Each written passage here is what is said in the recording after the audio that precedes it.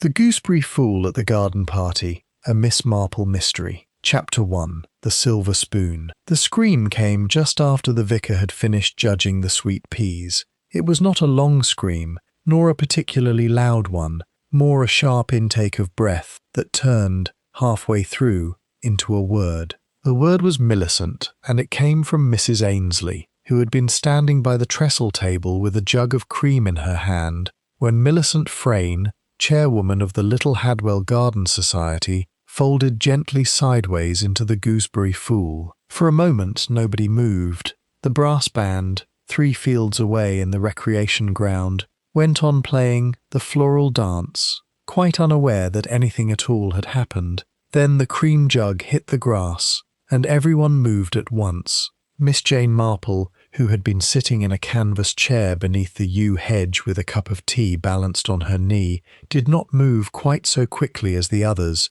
She had learned, over a great many years, that the person who reaches a body first is rarely the person who sees the most. She watched instead. She watched Dr. Haydock's young locum, a Dr. Rennick who had only been in the village 6 weeks, push through the crowd and kneel by the fallen woman with the brisk competence of a man who has done this sort of thing in hospital corridors, though never before on a lawn between a plant stall and a table of iced buns. She watched Colonel Bantock go very white and then very red. She watched the vicar's wife, Mrs. Otway, put both hands over her mouth, and she watched, this she found she could not stop watching, Miss Frayne's niece, a thin, quiet girl named Prudence Hale, standing quite still at the edge of the crowd, with an expression that was not shock at all, but something closer to relief, swiftly and thoroughly hidden. "She's not breathing properly,"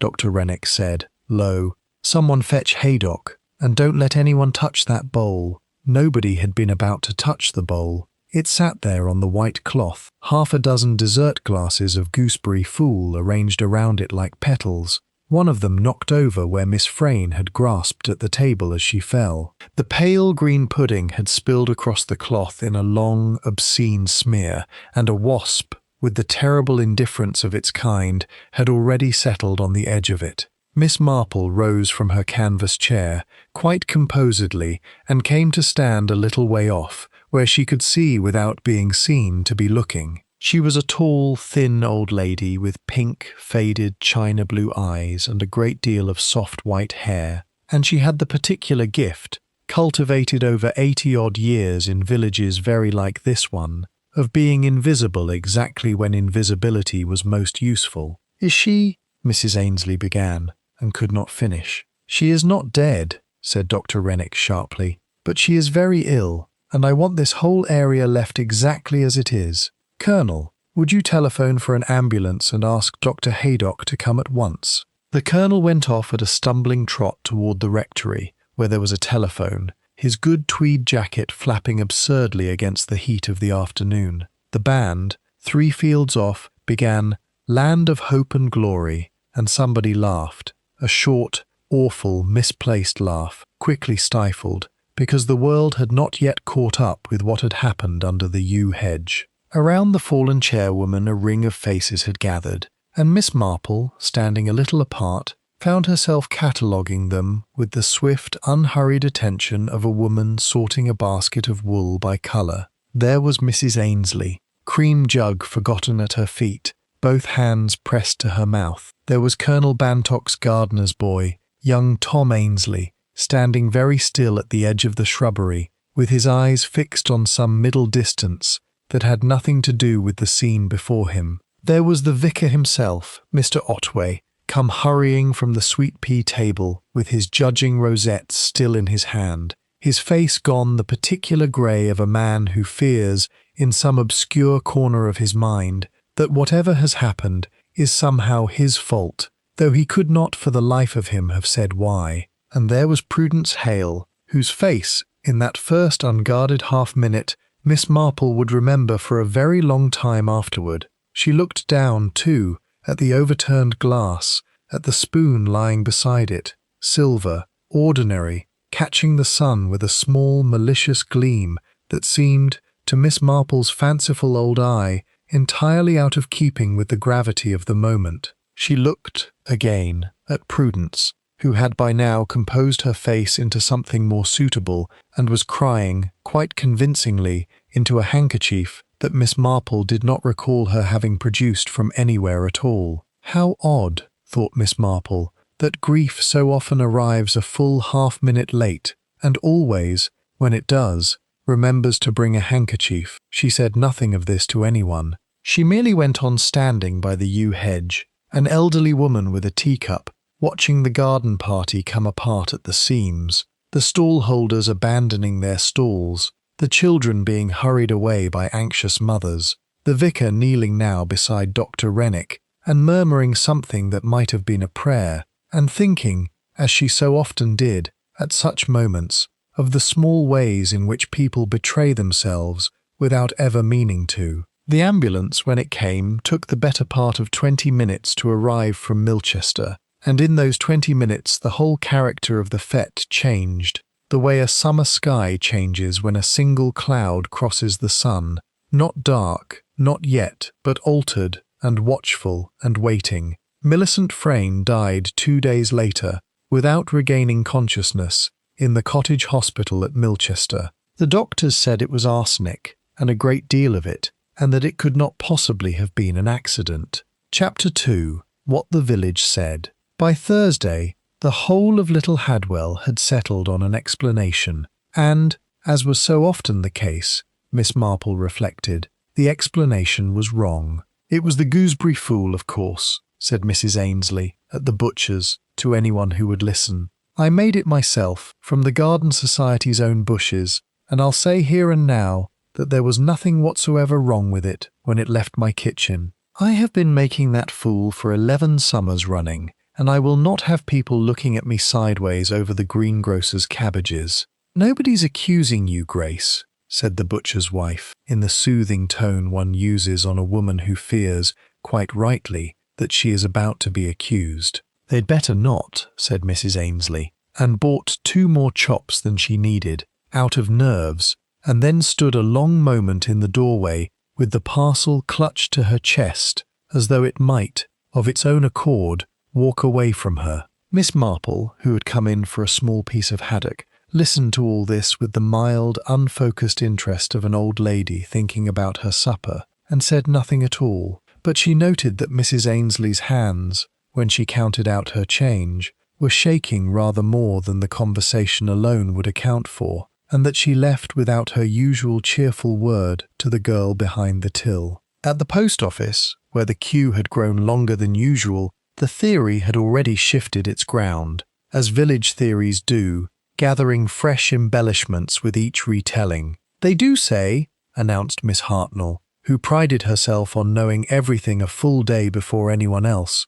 that it was meant for someone else entirely, and poor Millicent only took the wrong glass by mistake. My cousin's girl works up at the Bantock Arms, and she had it from the chair who does for Dr. Haydock that the police are asking very particular questions about which glass went to whom. Fancy, said the woman behind her, in the delighted, horrified tone the village reserved for its very best gossip. Who'd have wanted to poison anybody at a garden fête, I would like to know? Well, said Miss Hartnell, lowering her voice to the particular pitch that ensures everyone in a room hears perfectly, Millicent Frayne wasn't universally loved. Whatever people are saying now, she's gone. She had a way of finding things out about people. My own sister-in-law had words with her only last spring, over the flower show entries, and came away white as a sheet, though she'd never say why. Miss Marple, 2 places back in the queue with a small parcel of wool to post to her nephew's children, filed this away with the same unhurried care she gave to everything, and thought that it confirmed something she had already begun,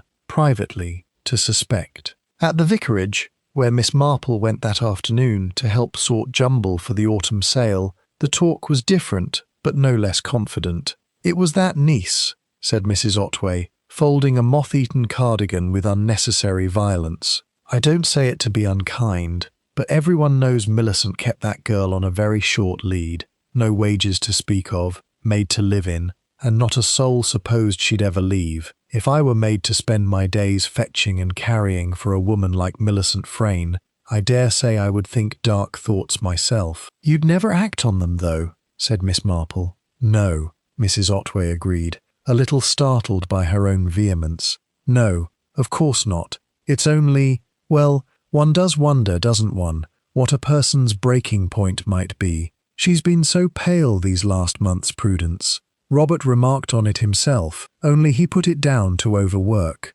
Miss Marple folded a child's jersey into a neat square and thought that this was, in its way, quite true. One did wonder, but that wondering aloud, in a village, had a peculiar effect of making the wondered-about thing seem both more likely and less examined, all at once. It was a kind of fog that gossip threw up, obscuring exactly the details one most needed to see clearly. "There is a great deal of loose talk going about," Miss Marple observed, sorting a stack of chipped saucers, "and I dare say a good half of it will turn out to have nothing whatsoever to do with the matter. It generally does. But I find myself wondering, Mrs. Anyway, whether anyone has thought to ask a rather simple question, not who had reason to dislike Millicent Frayne, for I imagine that is a very long list indeed, but who had reason to fear her." Mrs. Otway's hand still went on the cardigan. "That's rather a different question," she said slowly. "It is," said Miss Marple,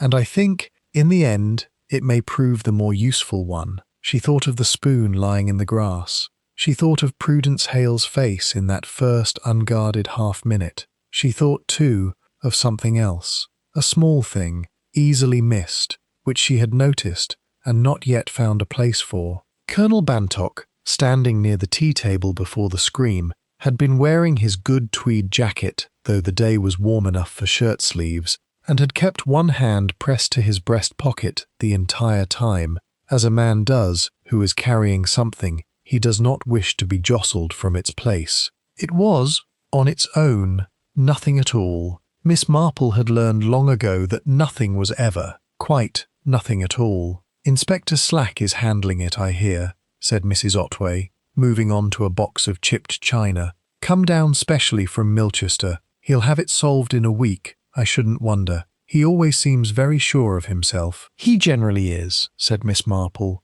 with the faint, dry note in her voice that those who knew her well would have recognized at once, and Mrs. Otway, who did not know her quite that well, did not. Chapter 3. Inspector Slack. Is sure Inspector Slack had not changed in the years since Miss Marple had last had occasion to observe him at close quarters. He was still a large, energetic man who mistook speed for thoroughness, and who regarded elderly ladies in general, and Miss Marple in particular, as pleasant but negligible features of the rural landscape, rather in the way one regards a hedgerow. He had set up a temporary office in the back room of the Bantock Arms, and it was there, on the Friday, that he interviewed, among others, Prudence Hale. "You inherit, I understand," he said, without much preamble. "The house, the Garden Society funds, the lot. Your aunt's solicitor confirms it." "I didn't know that," said Prudence. She was sitting very straight in the hard chair, her hands folded in her lap, and she did not look at the inspector so much as through him, at some point on the wallpaper behind his head. "I never asked." "She wasn't the sort of person you asked things of." "No? What sort was she?" "The sort who told you what she'd decided, and expected you to be grateful for it." Slack made a note. He rather liked answers of that kind. They had the shape of motive, and a shape was a thing a man could work with. "You didn't get on." "I don't suppose anyone got on with Aunt Millicent," said Prudence, with a small, tired precision that Miss Marple, listening from the passage with the entirely legitimate excuse of waiting to see the inspector about a quite different matter, found more convincing than tears would have been. "She was a woman who liked to obey. I obeyed her. That isn't the same as getting on." "Where were you standing? At the party, when your aunt was served her pudding?" "By the plant stall. I'd been selling raffle tickets most of the afternoon." "Does anyone see you there the whole time?" A pause, the first real pause in the interview. "Not the whole time, no. I went to fetch more tickets from the vestry, perhaps 10 minutes before. I don't know exactly when." Slack wrote this down with evident satisfaction, and Miss Marple, in the passage, thought, 10 minutes is quite long enough, and also, in the same breath, and quite long enough for someone to have noticed her gone if they had been looking for her, which suggests she is either telling the truth or is a very poor liar indeed, and she does not strike me as a poor liar. Did your aunt have enemies, Miss Hale? People who might have wished her harm? She had a great many people who found her disagreeable, said Prudence carefully. I don't know that disagreeable is the same as an enemy. Was there anyone in particular? You would do better to ask the village that question than me, Inspector. I have lived under my aunt's roof for 6 years, and in all that time I have never once heard her speak of anyone with real warmth, and never once heard anyone speak of her with it either. That is not the same as saying I know who wanted her dead. When Prudence had gone, pale and dry-eyed, Miss Marple was shown in. Miss Marple, Slack said her name, the way one says the name of a mildly tiresome relation. I don't suppose you saw anything useful. You were sitting right by the tea table, weren't you? I was, Inspector, though I fear I am a very unreliable witness in these matters. I notice such small, unimportant things, and quite miss the large, important ones, which I understand are what you require. Well, small things? Colonel Bantock was wearing his tweed jacket, said Miss Marple, on rather a warm day, and he kept a hand to his pocket the whole time, as though he were guarding something, and Mrs. Ainsley's hands shook when she poured the cream. Though she is not, I think, a nervous woman by nature, she has poured tea and cream at that stall every summer fete for 11 years, and never once dropped so much as a spoon before Tuesday. And Dr. Rennick arrived at the table very quickly indeed for a man who had, I understand, been all the way over by the coconut shy when Miss Frayne fell, quicker, I think, than the distance would strictly allow, unless he had already been moving that way. And I noticed too that young Tom Ainsley, Mrs. Ainsley's son, was standing quite still by the shrubbery for some minutes before it happened, staring at nothing in particular, in a way that I found, I do not quite know how to put it, troubling, though I am sure it means nothing at all. Slack blinked. He had not expected quite so much, delivered in quite so mild a voice. You've been paying attention, he said, a shade less dismissively. Old ladies so often do, Inspector. We have so little else to occupy us. Might I ask, has the doctor been able to say yet how the poison was administered, whether it was in the pudding generally, or in Miss Frayne's own glass particularly? Preliminary word is it was in the fool itself, said Slack, unbending slightly, as men of his sort so often did when flattered by the appearance of being consulted. But we'll know more when the full analysis comes through. Why do you ask? Only, said Miss Marple, that there were 6 glasses on that table, Inspector, all identical, and I recall Miss Frayne standing over them for some seconds, quite undecided, before Mrs. Ainsley handed one to her directly. If the poison was in every glass, then the murderer risked poisoning anyone who happened to help themselves, which seems to me a very great risk for a very particular sort of crime. But if it was in only one glass, then someone had to be very sure indeed which glass Miss Frayne would take, or had to arrange matters so that she took it. That's a point, Slack admitted, grudgingly, and made another note. Chapter 4. A Question of Gloves. It was on Saturday, walking home from the vicarage along the lane that ran past the churchyard wall, that Miss Marple encountered Dr. Haydock out on his rounds and fell into step beside him for the short distance to her own gate. Nasty business, he said. Rennick tells me it was a very substantial dose, not the sort of thing that gets into a pudding by accident, or by anyone's carelessness in the kitchen. Someone put it there on purpose and knew roughly what they were doing. The analyst's preliminary word came through this morning, in fact. And what does it say? Arsenic trioxide, in a quantity no accident could account for. There's more to come, something in the full report they're not yet ready to swear to,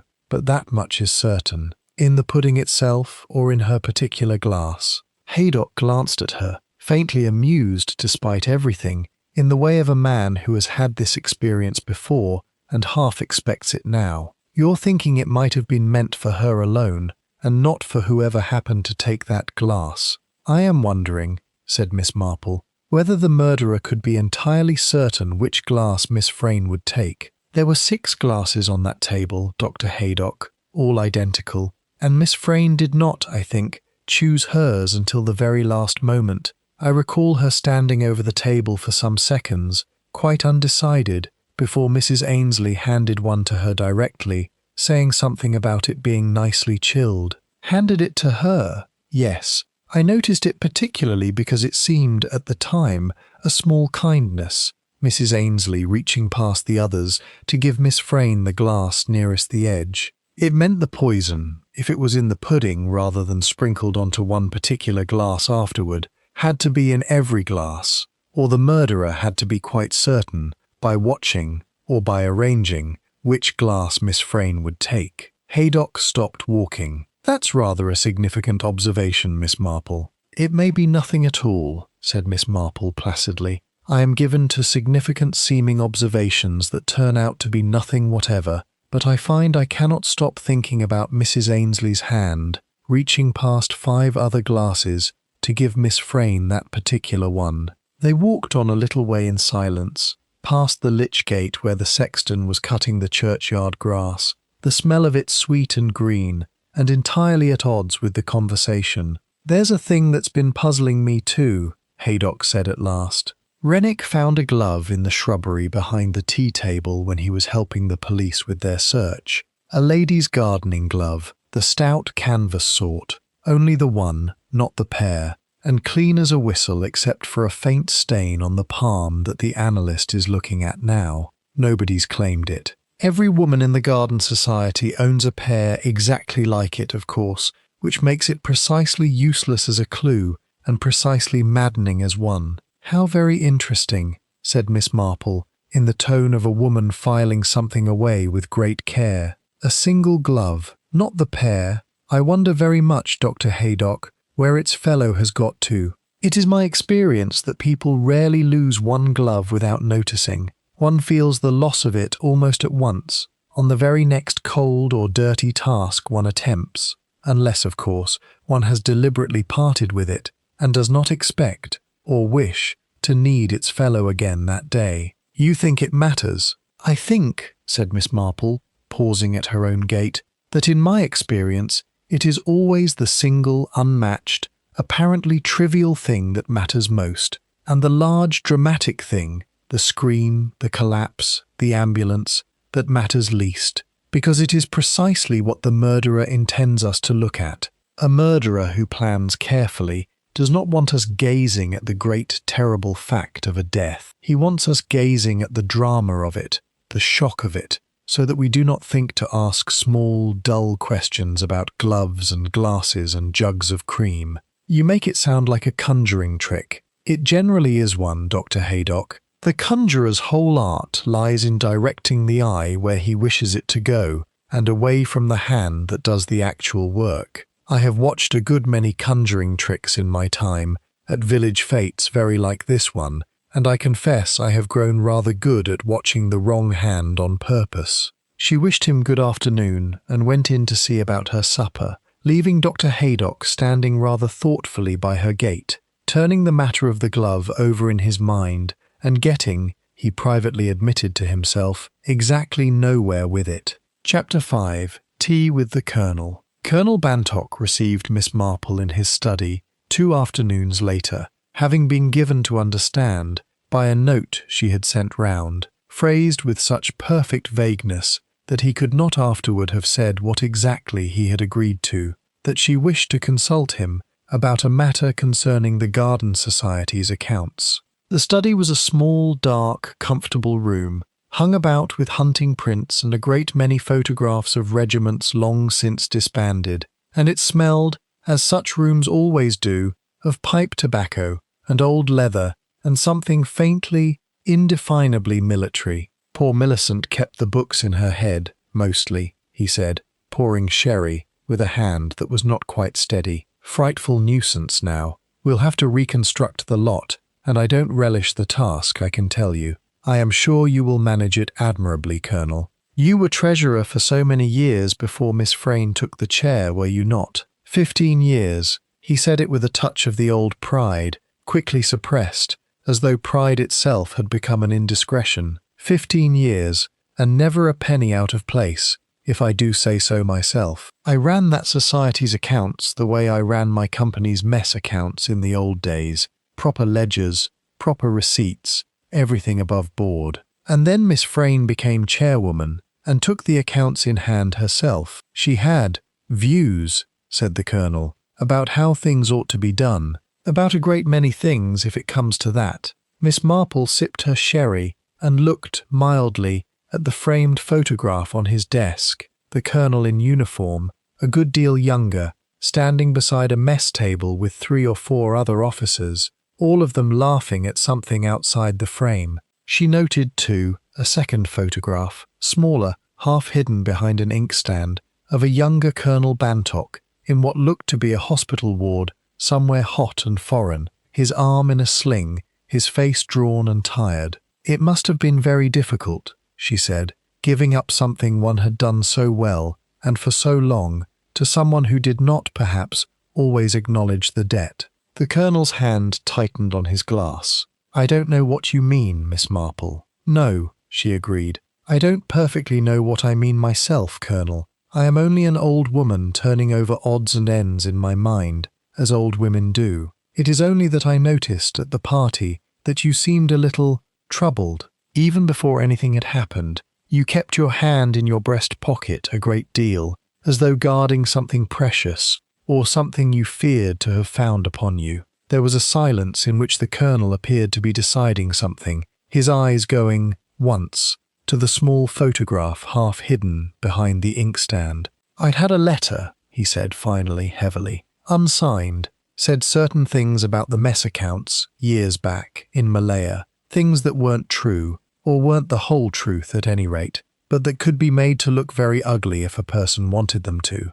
There was a matter of a fund for the widows of men killed in an ambush, and a delay in the paying out of it that had a perfectly innocent explanation, but that could be made, by a clever, unkind pen, to look like something a great deal worse. I've told no one. I was carrying it with me at the fete, because I'd meant to burn it, and hadn't got round to it, and I didn't like to leave it lying about the house where the maid might find it. And you believed Miss Frayne had sent it. I believed, said the Colonel, with the air of a man setting down a weight he had carried too long, that Millicent Frayne had sent unsigned letters to a good many people in this village, Miss Marple, over a good many years, and that she enjoyed it, enjoyed the little power of it, and that if she'd lived, she would very likely have sent me another. She'd asked me, only a fortnight before the fete, in that sweet needling way of hers, whether I ever thought of the men whose widows had waited so long for their money.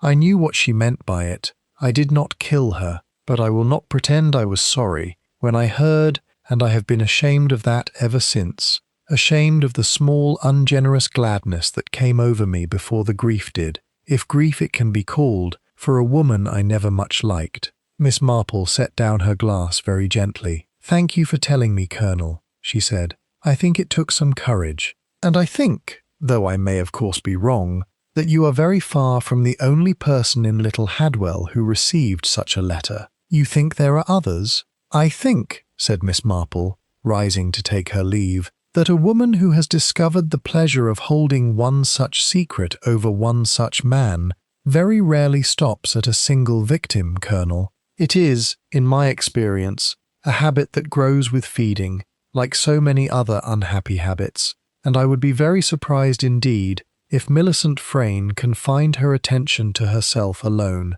Miss Marple had gone to the vicarage on a wholly unrelated errand, the matter of the church flowers for Sunday, and found Mrs. Otway in a state of suppressed agitation that had nothing to do with delphiniums, though she made a considerable pretence, for some minutes, of discussing them at length. They want cutting back hard this year, I think, don't you, Miss Marple? The blue ones especially. They've grown so leggy. And then, all at once, the pretence broke down entirely, and she sat with a stem of delphinium still in her hand, quite forgotten. I oughtn't to say anything, she began, but you're so easy to talk to, Miss Marple, and I've had nobody to tell, and it has been sitting on my chest for weeks like a stone. About the letter, said Miss Marple. Mrs. Otway went white. "How did you—" "I did not know, Mrs. Otway. I only suspected. Colonel Bantock received one, you see, some weeks ago, unsigned, and it has occurred to me since that he may not have been alone." Mrs. Otway sat down rather suddenly on the arm of a chair. "It was about Robert," she said, Robert being the vicar, "about something that happened years ago, before we came here, that I thought was quite buried and done with, and that needs to hurt nobody now if it stayed buried. There was a young woman, Miss Marple, before we were married. Nothing so very dreadful, a foolish infatuation that came to nothing in the end, but that ended badly, with hard words and a broken engagement on her side, and a great deal of guilt on his, guilt he has carried quietly for 20 years, without ever once speaking a harsh word about her. The letter made it sound so much worse than it was. It made it sound deliberate and cold, when it was only a foolish young man's mistake, corrected and repented of these 20 years. You burned the letter. I burned it in the kitchen grate the very hour it came, before Robert was home from his rounds,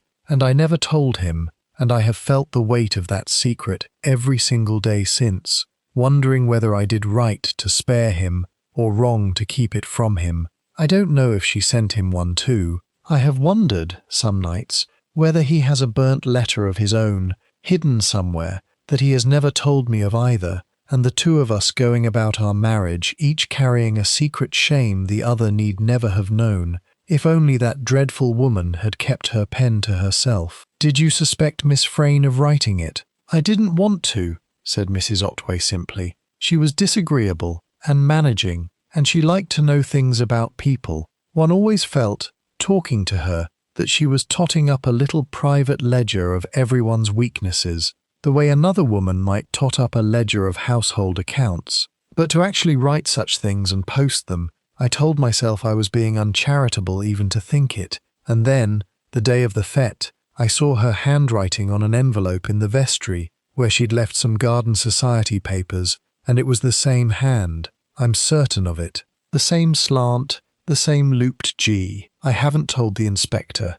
I don't know that I can bear to, without telling him about Robert too, and once a thing like that is written down in a policeman's notebook, Miss Marple, it is written down forever, whatever the truth of it turns out to be." Miss Marple was quiet for a moment, looking at the delphiniums, blue and tall and entirely indifferent to the trouble around them, nodding gently in the small breeze from the open vestry door. "I think," she said gently, "that you will have to tell him eventually, my dear, though perhaps not the whole of it need come out. A solicitor, or Inspector Slack in confidence, might manage it more kindly than a public inquiry. But I think it matters a great deal, what you've told me, because it means Miss Frayne was not merely disagreeable. She was collecting something from people, systematically, the way a woman collects china or old lace, and a woman who collects things of that kind from a village the size of Little Hadwell is a woman with a very great many people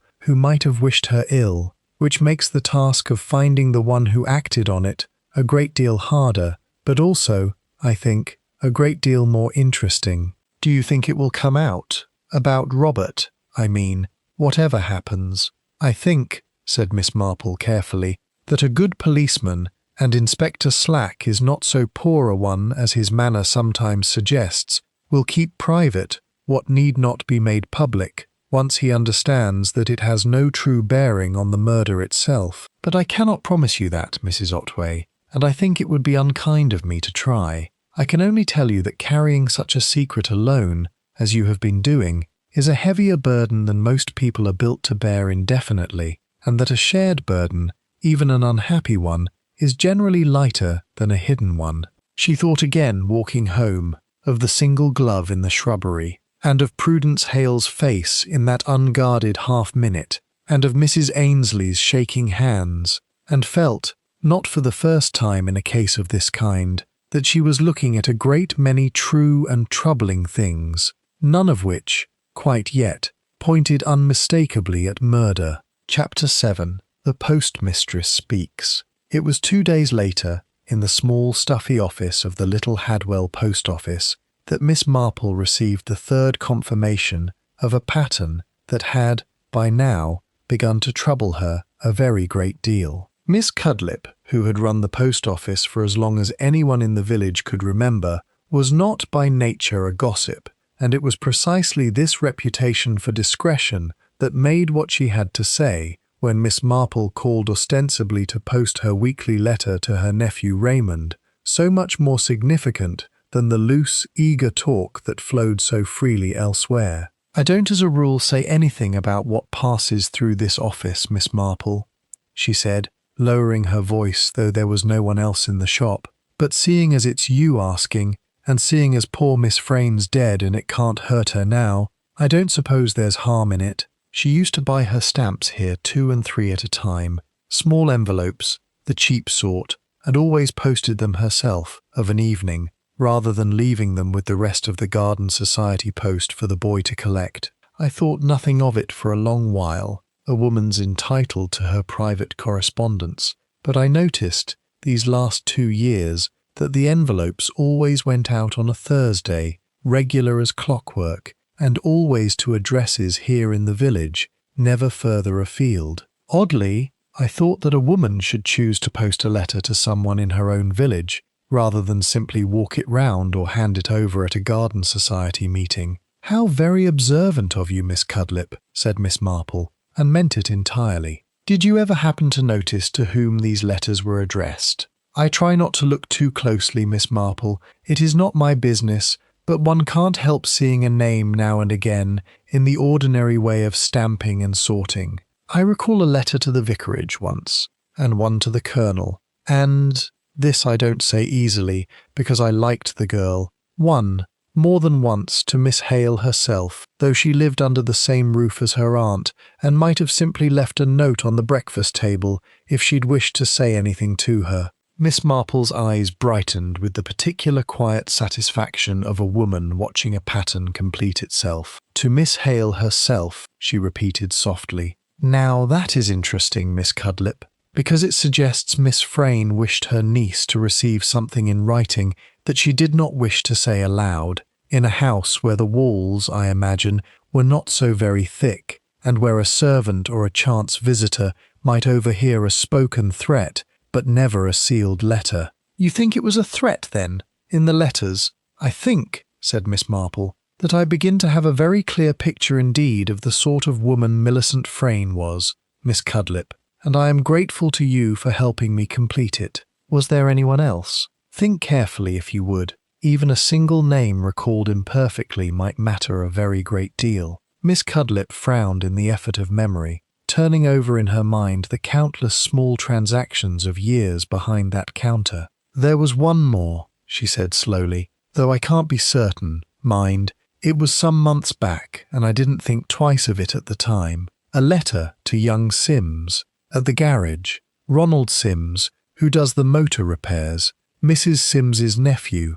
I remember because it struck me as odd even then, a woman like Miss Frane writing to a mechanic, the two of them moving in such different circles, as you might say. But I told myself she'd have some business matters with the garage, her own car needing attention now and again, and thought no more of it." Miss Marple stood very still for a moment, and something in her face, had Miss Cudlip been watching closely, which she was not, being occupied just then with a customer's parcel, might have suggested that this small, half-remembered detail had landed with rather more weight than the postmistress could have guessed. "Thank you, Miss Cudlip," she said at last, gathering up her own letter to Raymond. "You have been very helpful indeed, more helpful, I think, than you know." Chapter 8. Second Thoughts on a Second Glass.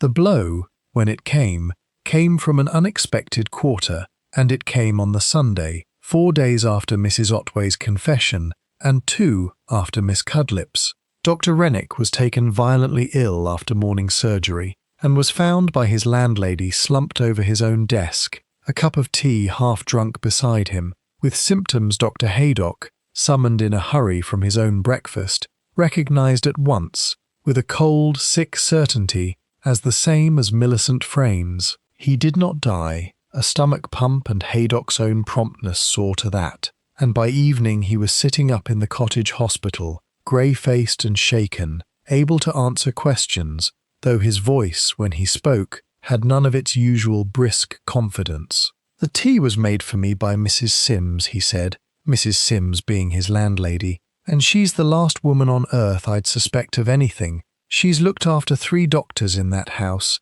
and never lost one of them till today." But the cup had been standing on the tray in the hall for a good 10 minutes before I came in. The surgery ran late. I had a queue out the door, half of them wanting to talk about poor Miss Frayne more than anything wrong with themselves, and anyone might have come to that hall and put something in it, if they'd known which cup was mine. "Who knew you'd be late from surgery?" Slack demanded, standing at the foot of the bed with his notebook already out. "Half the village, Inspector. I keep the same hours every day, and today's surgery was busier than most because of the FET inquiry. Anyone passing the surgery window could have seen the queue and known I'd not be through my last patient for a good while yet." Miss Marple, permitted into the ward for 5 minutes by a nursing sister who had a soft spot for elderly ladies with knitting, sat by the bed and asked, in her mild way, the question that had been troubling her since the news reached her that morning. "Dr. Rennick, why do you think someone should wish to harm you? You had no quarrel with Miss Frayne, I think. You scarcely knew her, being so new to the district." Rennick's grey face turned a shade greyer. "I've been asking myself that all afternoon, Miss Marple, and I can think of only one answer, though I don't like it above half. I was the first doctor to reach her at the FET. I examined her before Haydock arrived. If there was something about her condition, some detail, that pointed too clearly at who had done it, and I hadn't yet realized its importance myself, then whoever did it might have thought I knew more than I did, and wanted to be rid of me before I worked it out." "And is there such a detail?" Miss Marple asked. "Something you noticed, and perhaps did not think was significant at the time?" Rennick frowned, trying to think through the fog of his own illness, his hand going unconsciously to his temple, as though the effort of memory itself pained him. "There was a smell," he said slowly,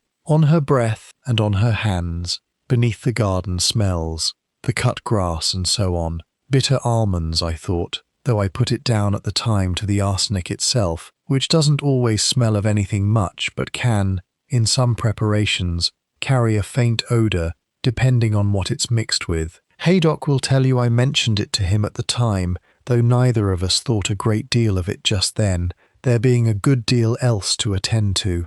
"Bitter almonds," Miss Marple repeated softly. "How very interesting, Dr. Rennick. Thank you. I think you have just given me the peace I had been most wanting." She sat with him a little longer, talking of ordinary things, the weather, his own recovery, the excellent care the nursing sister had taken of him, and it was only as she rose to go that she asked, almost as an afterthought, the question that had, in truth, been the whole purpose of her visit. "Your cousin, I understand, is a young man at the garage here, Ronald Sims." Rennick looked faintly surprised at the change of subject. "That's right, my mother's sister's boy. Good fellow, Ronald, though we've never been close. Different sides of the family. If you follow me, mine rather grander and rather poorer for it. His rather more practical and rather better off. We exchange Christmas cards and not much more as a rule. Does he know you are living with Mrs. Sims, your aunt, I collect, on the same side of the family?"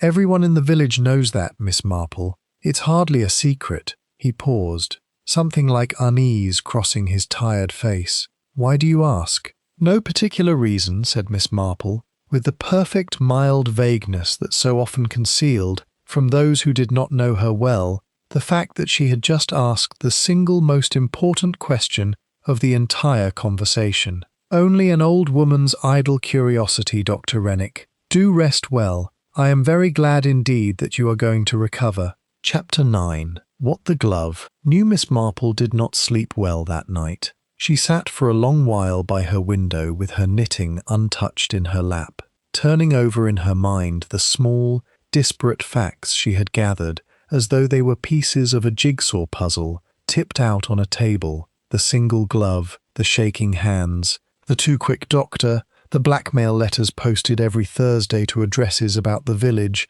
the letter to a mechanic that no one had yet troubled to explain, and the smell of bitter almonds that had no business being anywhere near a case of arsenic poisoning at all. Because arsenic, as she well knew, has no smell. Bitter almonds was the smell of quite another poison altogether, one favoured in her experience of these matters by persons with some knowledge of gardens, since it could be extracted, with patience and a certain grim ingenuity, from the crushed kernels of laurel leaves, or from the stones of certain fruit, steeped and reduced over weeks in a cool, dark place. It was not a poison one bought at a chemist's without a great deal of explaining. It was a poison one made, slowly, deliberately, with the kind of patience that spoke less of a sudden rage than of a long, cold, carefully nursed resolve. And the analyst's report, when it finally came through, Miss Marple heard of it from Dr. Haydock 2 days later,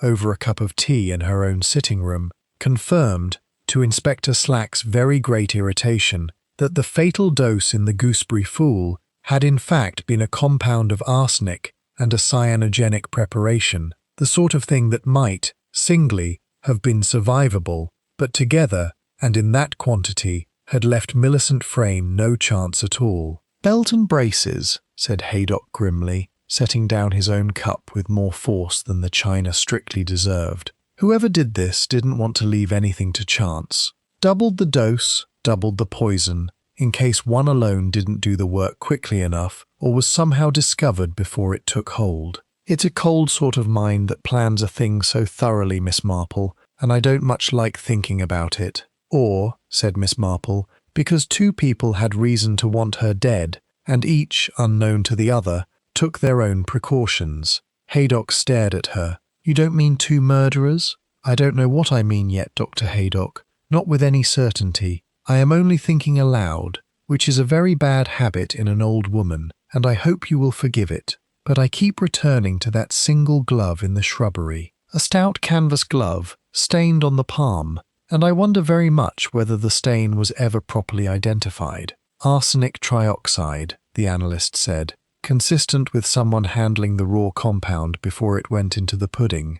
Only the one glove, Miss Marple mused, and only one hand stained. Now, Dr. Haydock, if I wished to mix a poison into a bowl of Gooseberry Fool without staining my own hand, and I had only a moment in which to do it, say, while the bowl stood briefly unattended on the trestle table, as I understand it did, between the time Mrs. Ainsley set it out and the time the guests began to help themselves, I think I should wear a glove on my working hand only, do the thing quickly, and then be rid of the glove at the very first opportunity, dropping it somewhere it would not be found on my person, but where I need not linger to hide it properly. The shrubbery's not 2 yards from the table. Precisely, said Miss Marple. It required no more than a single, ordinary-looking movement, a hand dropping something into a hedge as one passes, the sort of thing that draws no eye whatsoever at a crowded garden party, because everyone is doing 100 equally ordinary things at once.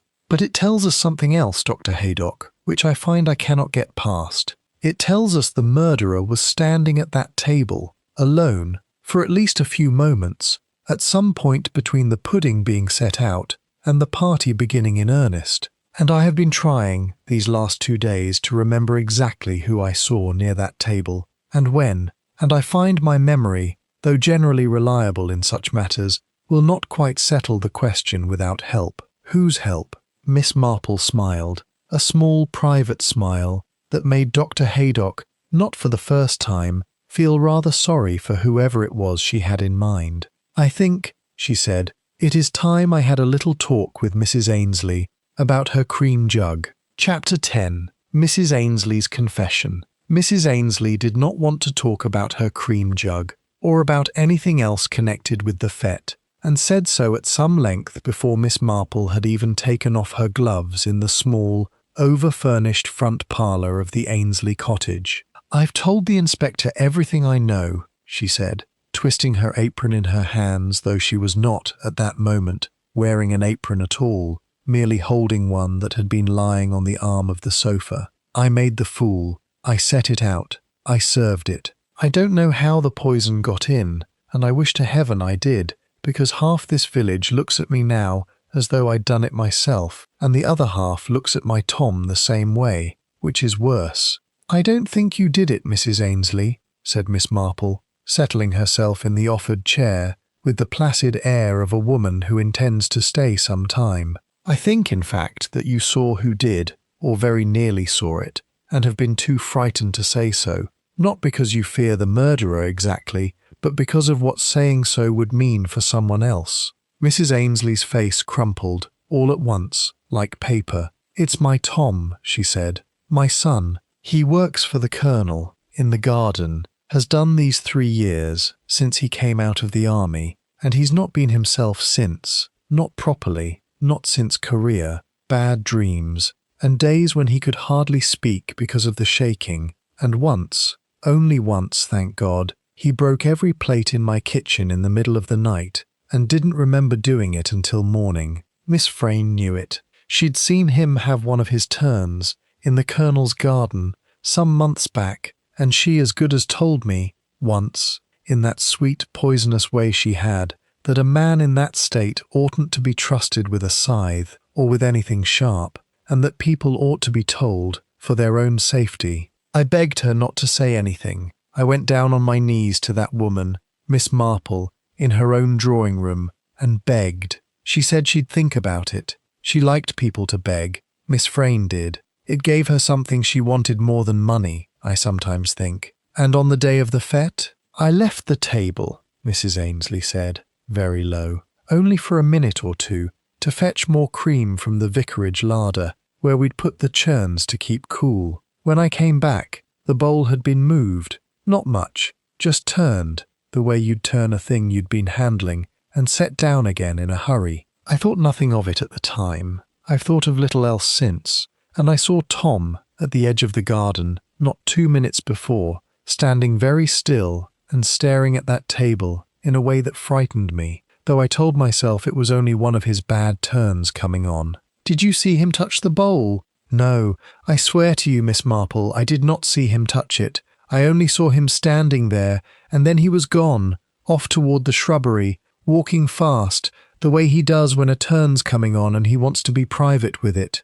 I've told myself 100 times it means nothing. I've told myself he'd never, that whatever's wrong with him, it's never once turned to violence. Not against a person, not in 3 years, not so much as raising his voice to a living soul. But I didn't tell the inspector, because if I had, they'd have taken one look at a man who came back from that war not himself, and made up their minds, and never looked further, and I could not bear that, Miss Marple. I could not bear it. Miss Marple sat with this for a long moment, and when she spoke again, her voice was very gentle. Mrs. Ainsley, I want you to think very carefully. You say the bowl had been turned, as though handled and set down in a hurry. Was the shrubbery on the same side of the table as the direction your son walked away in? Yes, said Mrs. Ainsley, surprised by the question. The same side, exactly. And was Tom, so far as you know, wearing gloves that day? Gardening gloves,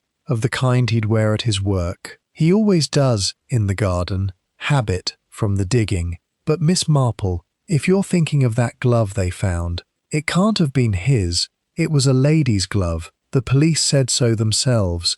Canvas and small, a woman's size. Miss Marple's eyes brightened, very slightly, in the way they did when a piece of the puzzle turned suddenly and satisfyingly into place. A woman's glove, she said softly. Yes, thank you, Mrs. Ainsley. I think you have just told me something extremely important, though not, I am glad to say, what you feared to tell me. I do not think your son did this thing, but I think he saw something, standing there in his own private distress, that will matter a very great deal before this is over, and I think, when the time comes, you must let him tell it, whatever it costs the pair of you to speak it aloud. Chapter 11. The Trouble with Alibis. Inspector Slack, informed that afternoon of Mrs. Ainsley's account of her son's behaviour, did exactly what Mrs. Ainsley had feared, and had Tom Ainsley brought in for questioning within the hour. Miss Marple, hearing of it from the vicar, who had it from the Colonel, who had watched the whole business from his own front window, went at once to the Bantock Arms, and, by a combination of patience and a manner so mild and unthreatening that policeman 20 years Slack's junior had learned to distrust it, secured herself a chair in the corner of the makeshift interview room, ostensibly to wait her own turn to be questioned again about the church flower rota, which had nothing whatever to do with the case. Tom Ainsley was a thin, sunburned young man with a tremor in his hands that had nothing to do with fear of the inspector, and everything to do, Miss Marple thought, with 3 years and a war that had not properly let go of him yet. He sat with his cap turned round and round in his hands, and answered each question in the low, careful voice of a man keeping tight hold of himself by main force. "I did stand by the table," he admitted. "I'd had one of my turns coming on. I can feel them start sometimes, a sort of buzzing, and the world goes strange at the edges, like looking through water. I went and stood still, near the table, because moving makes it worse, and I fixed my eyes on something ordinary, the pudding glasses, as it happened, and waited for it to pass, the way Dr. Haydock's told me to." "How long did you stand there?" 3 minutes, perhaps 4. "It felt longer. It always does. Did you touch anything on that table?" "No." He said it steadily, meeting the inspector's eye, which Miss Marple noted with interest. A lying man, in her long experience, more often looked away at the crucial denial than held firm. "I stood with my hands in my pockets the whole time, because that's another thing Haydock's told me. Keep the hands still, keep them occupied. Don't let them start shaking where people can see. I know how it looks, a man like me standing near where the poison went in. I've thought of nothing else since Ma told me she'd told you. But I never touched that bowl, Inspector, and I never touched Miss Frayne, and God knows I'd no cause to love her, the way she talked about me behind my back like I was a dog that might turn dangerous.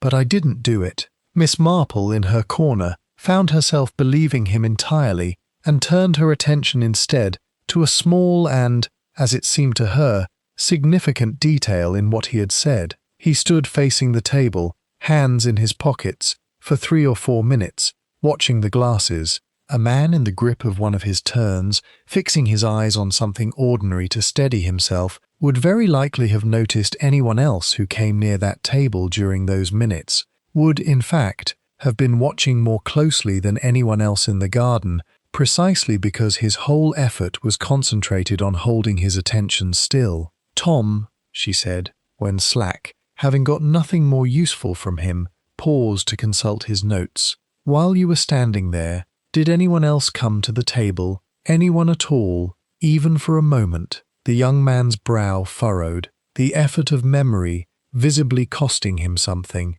"Miss Frayne's niece," he said slowly. "Miss Hale. She came by, quickly, and moved one of the glasses. I thought at the time she was only tidying, the way she was always made to do, tidying up after her aunt's society, whether she wanted to or not. She had gloves on. I remember thinking it was queer, gloves on such a warm day, but I didn't think more of it. My mind wasn't rightly working on ordinary things just then." Slack looked up sharply. "You didn't mention this before." "You didn't ask me before," said Tom, with the flat honesty of a man too tired and too frightened to dissemble. "You asked if I touched the bowl. I didn't. Nobody asked me who else was there." "Was there anyone else?" Miss Marple pressed gently. "Besides Miss Hale?" Tom thought for a long moment, his hands still on the cap. "There was one more," he said finally, "though I can't rightly place when, whether it was before Miss Hale or after. My sense of time wasn't right, in the state I was in. A man, I think, though I couldn't swear which. Standing off a little way, not close to the table at all, just watching it, the way a body watches something they're waiting for a chance at. I put it down to nothing at the time.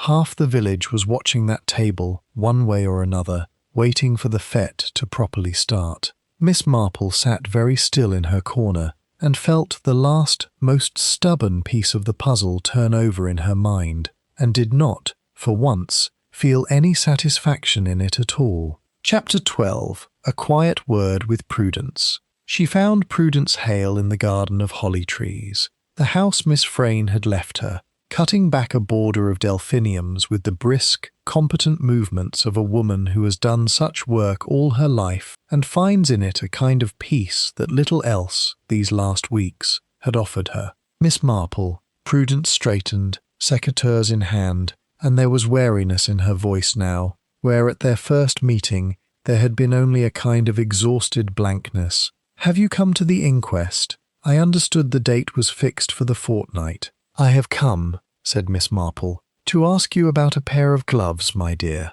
The spectators stopped moving. "I don't know what you mean." "I think you do. Tom Ainsley saw you at the pudding table, wearing gardening gloves, moving one of the glasses, in the minutes before the fête properly began, and a single glove of exactly that kind, stained with arsenic, was found afterward in the shrubbery 2 yards away. Its fellow nowhere to be found, which has puzzled the police a good deal, because a woman does not, as a rule, come to a garden party wearing only one glove, and lose the other on the way. Prudence set down the secateurs very carefully on the stone edge of the border, as though afraid of what her hand might do if she kept hold of anything sharp. "I didn't kill her," she said. "I want you to understand that first, before anything else. I did not put the poison in that bowl." "I did not think you had," said Miss Marple gently. "The dose, Dr. Haydock tells me, was a compound of 2 poisons, arsenic and something else besides. Something I believe was extracted rather than bought, which speaks of a very particular kind of patience and knowledge, of the sort one gains from long acquaintance with a garden and its less friendly plants, and a good deal of private grief besides.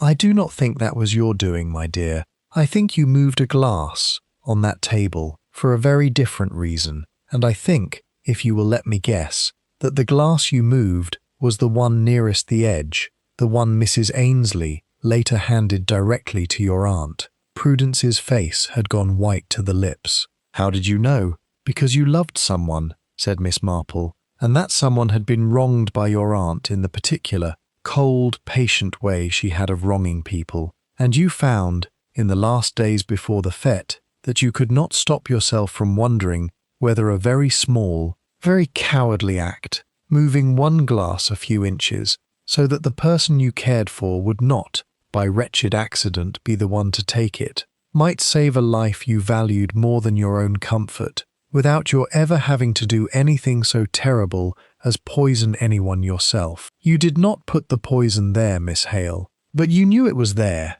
or feared it strongly enough to act as though you knew, and you let your aunt drink it anyway." The silence that followed went on for a very long time. Somewhere behind the house, a blackbird sang, quite unconcerned, and a bee moved from flower to flower along the border with the small industrious hum of a creature untouched by human sorrow. "Ronald," Prudence said finally, so quietly Miss Marple had to lean forward to hear it. "Ronald Sims, Mrs. Sims's nephew, Dr. Rennick's own cousin, as it happens. Though nobody in the village knows it, we kept it quiet on purpose. We've been engaged secretly these 8 months, because Aunt Millicent said she'd cut me off without a penny if I married beneath what she called my station, and Ronald hasn't a farthing beyond his wages at the garage, and I was afraid of being poor, God forgive me, more afraid of that than I was of her. And 3 days before the fête,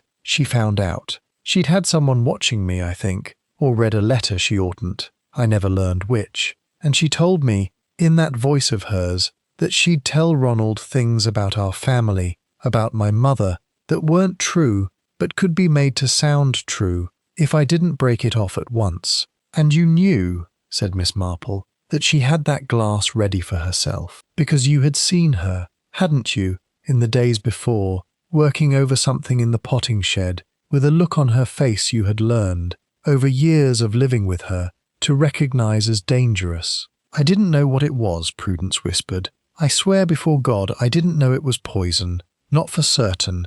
Not until it was too late to say anything without also saying I'd suspected and done nothing. I only knew she'd been secretive and pleased with herself in a way that frightened me, and that she'd been asking odd questions about laurel leaves, of all things, to old Mr. Peck at the nursery. I overheard her once, at the counter, and thought nothing of it beyond a vague unease I couldn't have named. I told myself, that whatever she meant to do, it was surely meant for someone else, someone who'd crossed her worse than I had. And when I saw the glasses on the table, I moved the one nearest the edge further back, out of easy reach, because some dreadful instinct told me not to let it come near my own hand, or Ronald's, if he should happen by, and I never once let myself finish the thought of what that meant. "And Mrs. Ainsley," said Miss Marple slowly, seeing it now entirely, not knowing any of this, and thinking only to be kind,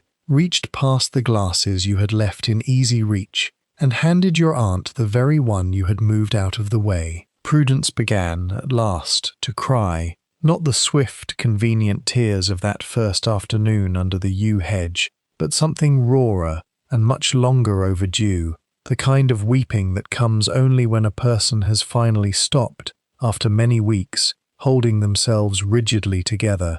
"I let her drink it," she said. "I stood there and watched Mrs. Ainsley hand it to her, and I said nothing, because some black, unforgivable part of me was glad that whatever she'd meant to do, it had turned on herself instead, and I need never tell Ronald, need never lose him, need never be poor and ashamed, the way she'd promised I would be. I have not slept one whole night since." Chapter 13. Not quite the whole of it. Miss Marple did not go to Inspector Slack that evening, though she considered it a long while, sitting by her window with her knitting once more untouched in her lap, while the last light drained slowly out of the garden below. What troubled her, what had troubled her in fact, since Dr. Rennick's own poisoning, and grew steadily more insistent since her conversation with Prudence Hale, was a simple matter of arithmetic that refused to resolve itself. Prudence had moved a glass, out of a confused and guilty instinct, but had not made the poison, and, by her own frightened, entirely credible account, had not known for certain what her aunt intended, or for whom. That accounted for the moved glass, and for the glove, a woman's gardening glove, worn without thought, on a hand that had spent a lifetime doing small useful things in gardens, snatched off in a hurry and dropped in the shrubbery in a moment of panic once the thing was done, and Millicent Frayne lay fallen among the gooseberry fool. But it did not account for the poison itself. It did not account for laurel kernel extract mixed with arsenic trioxide, prepared with patience and a gardener's private knowledge, weeks or months in the making. Prudence had said, quite plainly, that she believed her aunt had prepared something, but a woman does not poison her own dessert glass on the day of her own garden party in front of 40 of her neighbours, expecting to eat from it herself. Miss Frayne, Miss Marple was now entirely certain, had not been the maker of that poison at all. She had been its intended user, against someone else, perhaps against Prudence herself, or Ronald Sims, or some other soul who had displeased her. Miss Marple did not yet know, and found the not knowing a good deal more troubling than any single answer would have been, and that meant the poison in the gooseberry fool had been put there, or diverted, or somehow made to reach her instead of its intended target, by a third hand altogether, someone who had known what Millicent Frayne was planning, and had turned her own weapon back upon her, quietly, patiently, and with a precision that spoke of long and careful preparation. Someone who had access to laurel leaves and the patience to work them. Someone who had reason to fear becoming Millicent Frayne's next victim of blackmail, or who had already been her victim, and had reached the limit of what could be endured, and had chosen, in the end, a slower and more deliberate revenge than the sudden, unpremeditated violence a lesser mind might have reached for. Someone, in short, thought Miss Marple, with a chill she did not often permit herself, had been planning this a very great deal longer than the events of that single garden party afternoon. She thought of Colonel Bantock's letter, unsigned, about the mess accounts in Malaya. She thought of Mrs. Otway's confession about her husband. She thought of the postmistress's careful, quietly damning list of Thursday letters, to the vicarage, to the Colonel, to Prudence Hale herself, and, strangest of all, to a mechanic at the garage who moved, by all accounts, in an entirely different world from Millicent Frayn's. She thought of old Mr. Peck at the nursery, from whom Millicent Frayne had been asking odd questions about laurel leaves, and it occurred to Miss Marple, with the particular quiet jolt of a mind arriving somewhere it had been circling for days, that she had not yet asked herself the single most obvious question of all. If Millicent Frayne asked Mr. Peck about laurel leaves, who else might she have asked in the weeks before her death, and who else might have overheard the asking? She rose, quite briskly for a woman of her years, and reached for her hat, though the hour was growing late, and the lane to the nursery ran, for the better part of a mile, without a single street lamp to light it. Chapter 14. Old Mr. Peck's Nursery. Mr. Peck's nursery stood at the edge of the village, a low huddle of glass houses and cold frames behind a cottage that had not, so far as Miss Marple could recall, been repainted in a good 20 years, its beds a riot of late summer colour that seemed, that particular evening, almost indecently cheerful. Mr. Peck himself, an old, bent, weather-cured man who had sold bedding plants to 3 generations of little Hadwell gardeners, received Miss Marple's visit with the placid courtesy of a man for whom the passage of time had ceased to hold any particular urgency. "Miss Frayne," he said, when Miss Marple had put her question as delicately as she was able, sitting with him on an upturned seed box among the glass houses while the evening midges gathered, "asked me a good deal about laurel, back in the spring. Wanted to know if it was true the kernels were poisonous, and how strong, and how a person might go about extracting the active principle, she called it, very grand about it, as though she'd read the phrase in a book. I told her what I knew, which isn't much beyond what any old countryman knows about what a beast oughtn't to graze on, and thought no more of it. Folk ask all manner of things, in a nursery, and mostly it comes to nothing but curiosity. Was anyone else present when she asked you this?" Mr. Peck considered, with the unhurried thoroughness of a man weighing seed catalogues.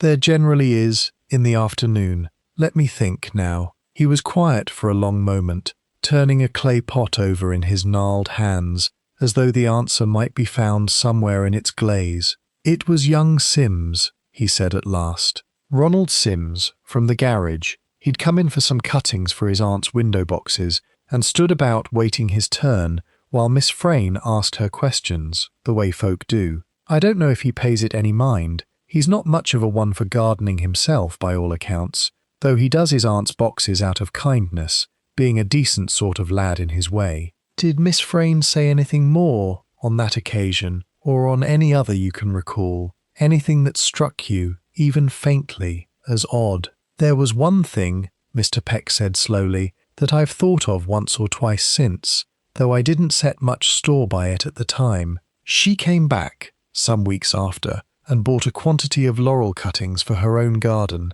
said she wanted a hedge along the north wall, which was true enough. She did put one in. I've seen it since. But she bought a good deal more than a hedge that size would want, and asked me, very particular, whether the kernels of the older bushes were stronger than the young. I told her I couldn't rightly say, not being a chemist, and she laughed, that dry little laugh she had, and said it hardly mattered. She'd find out for herself soon enough." Miss Marple felt something settle into place with the particular, faintly sickening clarity of a puzzle, completing itself in a shape one had not wanted it to take. Ronald Sims, Dr. Rennick's cousin. The young man Prudence Hale had been secretly engaged to for 8 months, the very engagement Millicent Frayne had threatened to destroy 3 days before the fête, with threats against Prudence's mother's reputation. A young man who had stood, quite by chance or quite by design, within earshot of Millicent Frayne's questions about laurel not once, but,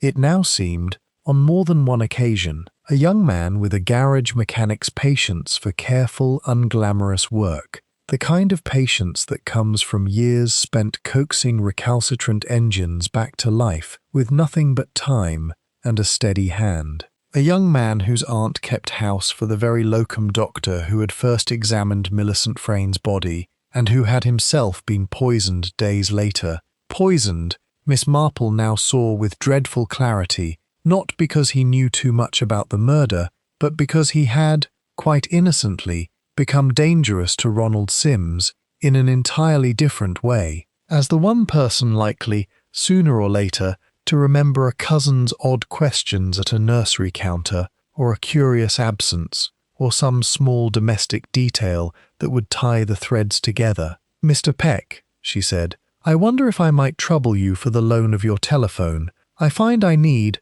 rather urgently, to speak to Dr. Haydock." Chapter 15. The Second Test. Miss Marple did not go to Inspector Slack directly, for the excellent reason that she had, as yet, nothing that would satisfy a policeman of Slack's temperament, nothing but an old countryman's memory of a young man standing at a nursery counter, and a pattern of dates and grievances that fit together in her own mind with a neatness she had learned, over many years, to trust and to be wary of in equal measure. What she needed, she reflected, walking home from the nursery in the long gold light of a summer evening, was not proof so much as a reaction, the kind of small involuntary betrayal that guilt so reliably produces in an unguarded moment, if only one arranged the moment correctly. The occasion presented itself, with a neatness Miss Marple always privately regarded as one of Providence's more useful habits, in the form of the Church Fete Committee's meeting, called for the following evening to discuss, among the ordinary small business of flower rotas and jumble sales, the disposition of the late Miss Frane's Garden Society funds, a meeting to which, as Ronald Sims had lately taken on the treasurer's duties in Colonel Bantock's stead at the Colonel's own tired insistence, the young man had been specifically asked to attend. The village hall that evening wore its usual air of scrubbed and slightly weary respectability, a smell of floor polish and old hymn books, a trestle table at the front with a water jug and a stack of minute books, a scattering of folding chairs occupied by perhaps a dozen of the more dutiful members of the parish. Miss Marple arrived early and secured a chair near the door, and waited, with the knitting that so rarely left her hands, for the room to fill. She had asked Dr. Haydock to be present, and had asked him, further, to bring with him, without explaining why, though he had pressed her gently and got nothing for his trouble but her mildest, most unhelpful smile, a small brown bottle from his surgery, the sort used for tinctures, with a plain white label and nothing written upon it at all. When the ordinary business of the meeting had been dispatched, the flower rota settled, the jumble sale date confirmed, a small disagreement about the price of raffle tickets resolved with a good deal more heat than the subject strictly warranted, and Ronald Sims had given, in a clear, steady, entirely creditable voice, his account of the Garden Society's finances. Standing at the front of the room with the minute book open before him, Miss Marple rose from her chair by the door and said, in the mild, apologetic tone she used for matters of no importance whatever, that she wondered if anyone could help her identify a preparation she had found, quite by accident, among some old bottles cleared from Miss Frane's potting shed. Dr. Haydock had been kind enough to examine it, she said, and thought it might be laurel water, though he could not be perfectly sure, and she wondered whether Mr. Peck, or anyone with a countryman's knowledge of such things, might know it by sight or smell. She held out the small brown bottle, turning it slowly in the lamplight, so that its plain white label caught every eye in the room. "I understand," she said, quite gently, into the small silence that had fallen over the hall, "that laurel water has a very particular smell, of bitter almonds, Dr. Rennick tells me, from his professional experience of it, poor man, gained in the worst possible way. I confess I have never smelled it myself, and I find I have not the courage to uncork it and try. Perhaps someone here might be braver than I am." It was the smallest of movements, no more than a fraction of a second's stillness, in a young man who had, until that moment, stood entirely at his ease, minute book open, treasurer's report half read. But Miss Marple, watching for nothing else in all the room, saw Ronald Sims's hand tighten on the edge of the trestle table until the knuckles whitened, and saw the colour leave his face and return too quickly, and saw him glance, once, swiftly, toward the door, in the manner of a man measuring the distance to an exit he has no intention, yet, of using. Colonel Bantock, seated near the front, cleared his throat into the silence and said something about it being a matter for the police rather than the committee, and the moment passed, on the surface, as though nothing at all had occurred. But it was enough. It was, Miss Marple reflected afterward, very nearly everything. Chapter 16. What was owed he did not run. That, Miss Marple thought afterward, spoke to something in him that had not been entirely corrupted by what he had done, a kind of exhausted honesty that came, in the end, when Inspector Slack, summoned by Dr. Haydock, on a pretext even Slack's limited imagination could supply, once he saw the young man's face, took him aside for questioning that very evening, in the small back room of the Bantock Arms where so many of the case's revelations had already been made. He told it plainly, in the end, without much pressing, sitting with his hands folded on the table before him and his eyes fixed on some point beyond the window, as though the telling of it had become, in itself, a kind of relief. "My father," he said, "took his own life 4 years back when I was training as a mechanic in Milchester and couldn't be with him. He'd borrowed money he oughtn't from a man in the village he was ashamed to name, and paid it back by doing that man's books in a way that wasn't strictly honest. A small thing, meant to be put right later, that never was. He wasn't a bad man, Inspector. He was a frightened one, and frightened men do foolish things, and he paid for it with his life in the end, which seems to me a great deal more punishment than the crime itself ever deserved." Miss Frayne found out, I don't know how, some years after, when she came to keep an eye on the Garden Society funds and went digging in old records nobody else had troubled with in a decade. She never told a soul what she knew. She only let me know she knew it, once, very sweetly, the week I asked Prudence to marry me. Told me she'd see the whole story told to every soul in this village. My father made out a thief and worse, unless I broke it off and stayed away from her niece for good. "And you decided to kill her instead," said Slack, not unkindly, for even he, in the end, was moved by the flat, exhausted grief of it. "I decided," said Ronald Sims, "that I would not let her do to my father's memory what she'd already done to so many living people in this village, out of nothing more than the pleasure of holding something over them." I'd heard her, myself, at Peck's nursery, asking about Laurel. I didn't think much of it then, only filed it away, the way a man does odd things, the way you notice a strange sound in an engine, and file it away against the day it might matter. It was only after she threatened me that I understood what she must be planning, and against whom I could not say for certain. Myself, perhaps, or Prudence, or someone else she'd decided to punish. I thought, God forgive me, I thought it almost fitting that if I made the same preparation, quietly, patiently, over weeks, working in the evenings when the garage was shut, and found some way to see it reach her instead, then whatever she'd been planning to do to someone else would simply never happen,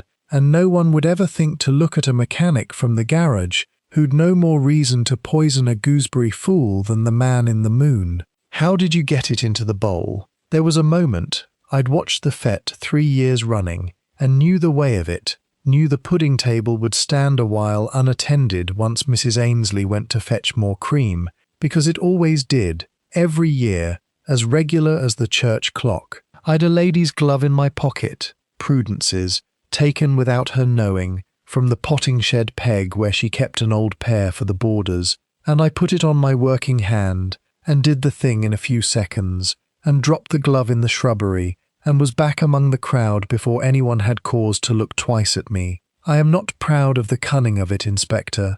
I have had a great deal of time, these last weeks, to be ashamed of how easily it came to me. And Dr. Rennick? For the first time, Ronald Sims's composure broke entirely, his folded hands coming apart, one rising to cover his eyes. "I never meant that," he said, and his voice cracked on it. "I swear before God, I never meant that." I heard Prudence let slip, without meaning to, how close Miss Marple was getting, asking about gloves and glasses, and I thought, in a panic I'm not proud of, that Rennick, being first to examine her, might have noticed something in that first minute that would point straight at the laurel water, being cousin to me, and knowing, better than most, what such a poison smells like on a dying woman's breath. I told myself he was a danger to me, and I let myself believe it long enough to act on it, and it is the thing I am most ashamed of in this whole wretched business. More ashamed of it,